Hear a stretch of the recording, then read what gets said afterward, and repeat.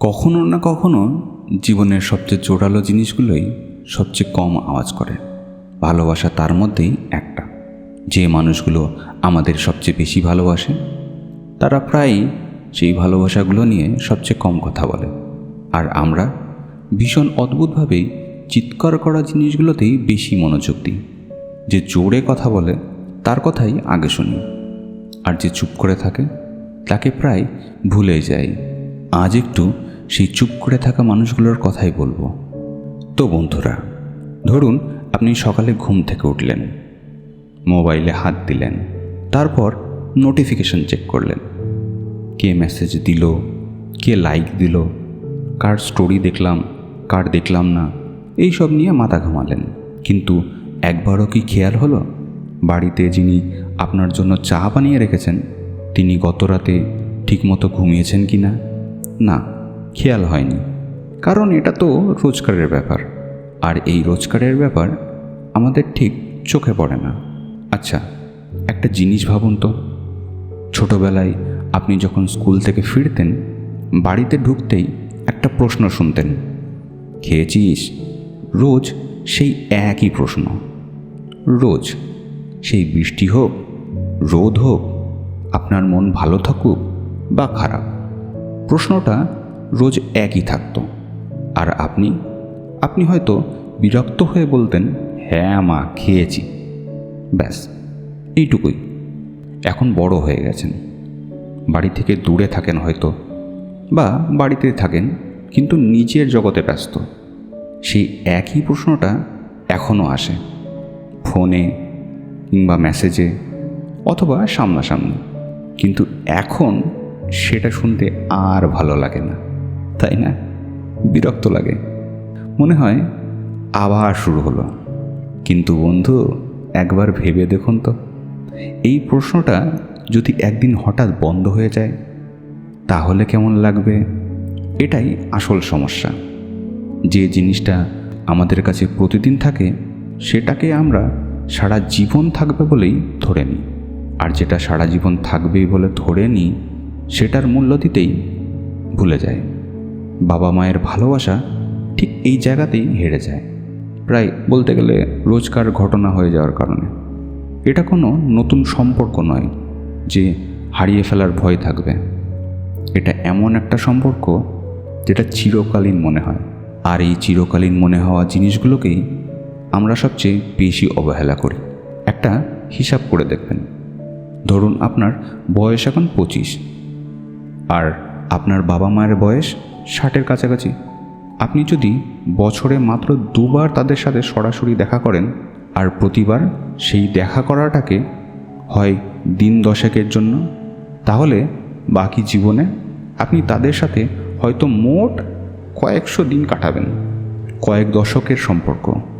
অথচ সময়ের হিসাবে সেটাই কয়েকশো দিনে নেমে আসবে। এই হিসেবটা শুনতে ভয় লাগে, তাই না? কিন্তু এটাই বাস্তব। আর আমরা ভাবি সময় অনেক আছে, পরে করব, পরে বাড়ি যাব, এবার ব্যস্ত আছি, আগামীবার ঠিক সময় বের করব। এই ভাবনাগুলো আপনাদের এত সহজে লাগে বলার জন্য, কারণ আমরা ধরে নিই যে পরে বলে একটা সময় সব সময় থাকবে। কিন্তু এই পরে জিনিসটা একটা প্রতিশ্রুতি নয়, এটা একটা জুয়া। আর এই জুয়ায় আমরা রোজ হেরে যাচ্ছি, অথচ বুঝতেও পারছি না। আপনারা কি লক্ষ্য করেছেন আমরা নতুন সম্পর্কের জন্য কতটা এফোর্ট দিই? নতুন বন্ধু হলে তার সাথে ঘন্টার পর ঘন্টা কথা বলি, নতুন পার্টনার হলে তাকে খুশি রাখার জন্য 1000টা প্ল্যান করি। কিন্তু যে মানুষটা 20 বছর ধরে আপনার পাশে আছে তার সাথে একটা সহজ ফোন কলও করতে আপনার আলসেমি লাগে কেন?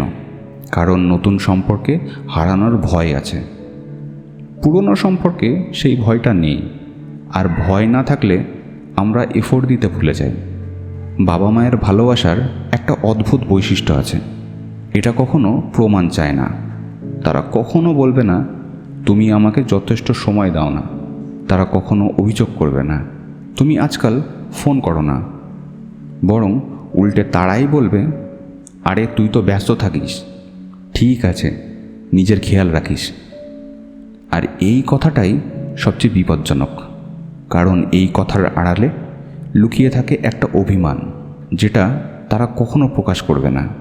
আপনি কি কখনো খেয়াল করেছেন, মায়েরা ফোনে কথা বলার সময় প্রথমে বলে, তুই ভালো আছিস তো, আর শেষের দিকে, একদম শেষে আস্তে করে বলে, কবে আসছিস, একটু বল না। এই লাইনটা কোনো দাবি নয়, এটা একটা অনুরোধ, যেটা এত নরমভাবে বলা হয় যে আমরা সেটাকে গুরুত্বই দিই না। আমরা বলি, দেখি মা, সময় বের করার চেষ্টা করব, আর তারপর ভুলেই যাই। বাবাদের ব্যাপারটা আরও কঠিন। বাংলার পরিবারে বাবারা কখনো সরাসরি ভালোবাসার কথা বলেন না, তারা ভালোবাসা দেখান অন্যভাবে। সকালে ঘুম থেকে উঠে খবরের কাগজটা এগিয়ে দিয়ে, কিংবা রাতে দরজা লক করার আগে আপনার ঘরের লাইটটা নেভানো আছে কিনা সেটা দেখে, আবার আপনার বাইকের পেট্রোল ভরা আছে কিনা সেটা খেয়াল রেখে। এই ছোট ছোট কাজগুলোই তাদের ভাষা, কিন্তু আমরা এই ভাষাটা পড়তে শিখিনি, কারণ আমরা শব্দ খুঁজি, কাজ নয়। এখন আসুন আরেকটা দিকে দেখি। আমরা সবাই ব্যস্ত, এটা সত্যি। কাজের চাপ, পড়াশোনার চাপ, নিজের জীবন গুছিয়ে নেওয়ার চাপ, এসব তো আছেই। কিন্তু প্রশ্নটা হলো, বাস্তবতা কি সত্যিই কারণ, নাকি একটা সুবিধাজনক অজুহাত? ভেবে দেখুন তো, দিনের মধ্যে আপনি কতক্ষণ সোশ্যাল মিডিয়া স্ক্রোল করেন, কতক্ষণ কোনো ওয়েব সিরিজ দেখেন, কতক্ষণ বন্ধুদের সাথে গ্রুপ চ্যাটে হাসি ঠাট্টা করেন। এই সময়গুলো থেকে যদি মাত্র 10 মিনিট বের করে বাড়িতে একটা ফোন করেন, তাহলে কি সত্যি সময়ের অভাব হয়? না, আসলে অভাবটা সময়ের নয়, অগ্রাধিকারের। আমরা যেটাকে গুরুত্বপূর্ণ মনে করি তার জন্য সময় বের করে ফেলি। সমস্যাটা হলো, বাবা মা, ভাই বোন, পুরনো বন্ধু, এদের আমরা জরুরি তালিকা থেকে বাদ দিয়ে দিই, কারণ তারা কখনো জোর করে না। তারা কখনো বলে না, এখনই কথা বলতে হবে, না হলে সম্পর্ক শেষ। তাদের ধৈর্য অসীম, আর সেই অসীম ধৈর্যকেই আমরা তাদের দুর্বলতা ভেবে ভুল করি। একটা জিনিস মনে রাখবেন, যে সম্পর্ককে কেউ চাপ দেয় না, সেই সম্পর্কই সবচেয়ে বেশি অবহেলার শিকার হয়। কারণ চাপ না থাকলে আমরা মনে করি, ঠিক আছে, পরে সামলে নেওয়া যাবে। কিন্তু কিছু জিনিস আছে যেগুলো আর পরে সামলানো যায় না। সময় পেরিয়ে গেলে সেটা আর ফিরে আসে না। আমি একটা ঘটনার কথা বলি, যেটা হয়তো আপনাদের অনেকের জীবনের সাথে মিলে যাবে। ধরুন, আপনি বাড়িতে আছেন, বাবা বসার ঘরে বসে টিভিতে খবর দেখছেন, আপনি নিজের ঘরে ফোন নিয়ে ব্যস্ত। বাবা হয়তো একটা ছোট কথা বলার চেষ্টা করলেন, আজকে একটা নিউজ দেখলাম, শুনবি? আর আপনি ফোন থেকে চোখ না সরিয়েই বললেন, হ্যাঁ বাবা বলো। বাবা বললেন, কিন্তু আপনি আসলে শুনলেনই না, মন অন্য জায়গাতেই ছিল। এই মুহূর্তটা খুবই সাধারণ শোনাচ্ছে, তাই না? কিন্তু এরকম হাজারটা ছোট ছোট মুহূর্ত জমতে জমতে একটা দূরত্ব তৈরি করে। আর সেই দূরত্বটা এত ধীরে তৈরি হয় যে আমরা টেরই পাই না কখন সম্পর্কটা কথা বলার থেকে শুধু প্রয়োজনের কথা বলার পর্যায়ে চলে গেছে। আচ্ছা, একটা প্রশ্ন করি, শেষ কবে আপনি আপনার বাবা মায়ের সাথে বসে ফোন সরিয়ে রেখে শুধু গল্প করেছেন? তাদের ছেলেবেলার গল্প, তাদের ছোটবেলার গল্প, তাদের সংসারের গল্প, তাদের স্বপ্নের গল্প, যেগুলো তারা হয়তো কখনো কাউকে বলার সুযোগ পায়নি। বেশিরভাগ মানুষই এই প্রশ্নের উত্তরে থমকে যাবেন, কারণ আমরা এত ব্যস্ত নিজেদের গল্প নিয়ে যে অন্যের গল্প শোনার সময় বের করি না। যে মানুষ কখনো দাবি করে না, তাকে আমরা ভুলে যাওয়ার অধিকার পাই, কারণ ভালোবাসা যখন নীরবে থাকে তখন সেটা দুর্বল নয়, বরং সেটা সবচেয়ে শক্তিশালী রূপ। আর সেই নীরবতাকে সম্মান জানানোটাই আসল কৃতজ্ঞতা। জীবনের একটা কঠিন সত্য হলো, আমরা সাধারণত জিনিসের মূল্য বুঝি জিনিসটা হারিয়ে যাওয়ার পর। যতদিন কেউ পাশে থাকে ততদিন তার উপস্থিতি আমাদের কাছে স্বাভাবিক মনে হয়, কিন্তু যেদিন সেই মানুষটা আর থাকে না, সেদিন প্রতিটা ছোট ছোট মুহূর্ত, প্রতিটা উপেক্ষা করা ফোন কল, প্রতিটা পরে কথা বলবো বলে এড়িয়ে যাওয়া মুহূর্ত, এসব একসাথে মনে পড়তে থাকে। আর তখন আর কিছুই করার থাকে না, শুধু অনুশোচনা ছাড়া। আমি বলছি না যে আপনি খারাপ সন্তান, খারাপ ভাই বোন বা খারাপ বন্ধু। আমি শুধু বলছি আমরা সবাই একটা প্যাটার্নে পড়ে গেছি, যেখানে দূরের চকচকে জিনিস আমাদের বেশি টানে আর কাছের সব জিনিস আমরা এড়িয়ে যাই। এটা কোনো ইচ্ছাকৃত অবহেলা নয়, এটা একটা অভ্যাস, আর অভ্যাস বদলানো যায়। তো বন্ধু, আজ যদি এই কথাগুলো শুনে আপনার মনে কারোর মুখ ভেসে ওঠে, হতে পারে বাবা, হতে পারে মা, হতে পারে সেই দাদু দিদা যাদের সাথে অনেক দিন কথা হয়নি, বা সেই পুরনো বন্ধু যে কোনো অভিযোগ করে না, তাহলে একটা ছোট্ট কাজ করুন। ফোনটা তুলুন, একটা মেসেজ লিখুন। শুধু লিখুন কেমন আছো বা তোমার কথা মনে পড়ছিল।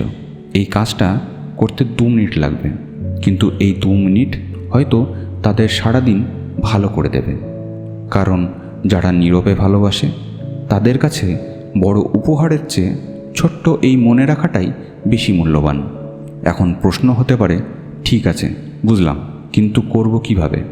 এখানে কয়েকটা সহজ জিনিস আছে যেগুলো বড় পরিবর্তন আনতে পারে।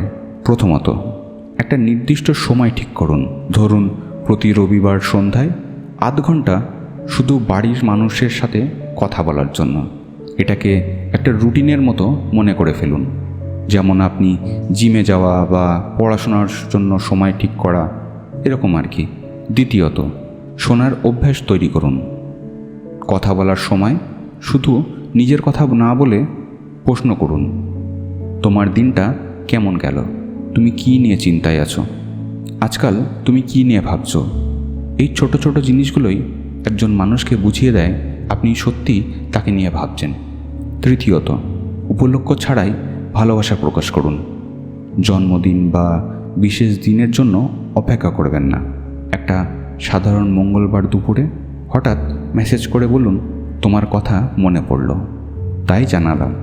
এই ধরনের হঠাৎ ভালোবাসাই সবচেয়ে বেশি মনে থেকে যায়। চতুর্থত, ক্ষমা চাইতে দ্বিধা করবেন না।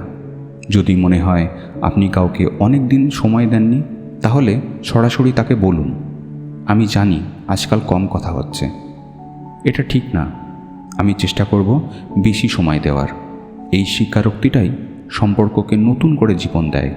জীবন আসলে এই ছোট ছোট মুহূর্তগুলো দিয়েই তৈরি হয়। বড় বড় সাফল্য, বড় বড় অর্জন এইসব মনে থাকে ঠিকই, কিন্তু হৃদয় ভরে দেয় সেই ছোট ছোট মুহূর্তগুলোই, যেখানে কেউ নীরবে আমাদের পাশে দাঁড়িয়েছিল। যে মানুষগুলো কোনো প্রতিদান চায় না, কোনো স্বীকারোক্তি চায় না, শুধু চায় যে আমরা একটু খেয়াল করি যে তারা আছে। তাদের প্রতি আমাদের একটা দায়িত্ব থেকে যায়। আজ রাতে ঘুমাতে যাওয়ার আগে যদি সময় পান, একবার ভাবুন কার কথা আপনি ভুলে যাচ্ছেন শুধু এই কারণে যে তারা কখনো অভিযোগ করে না। আর যদি সেই মানুষটার মুখ মনে পড়ে যায়, তাহলে দেরি করবেন না, কারণ কিছু সময় ফিরে আসে না, আর কিছু মানুষ চিরকাল অপেক্ষা করে না। তাদের দিকে একবার ফিরে তাকান, একটু হাসুন, আর মন থেকে বলুন, তোমার জন্য আমি কৃতজ্ঞ। Good bye. নিজের খেয়াল রাখবেন, আর যারা নীরবে পাশে আছে তাদেরও একটু খেয়াল রাখবেন।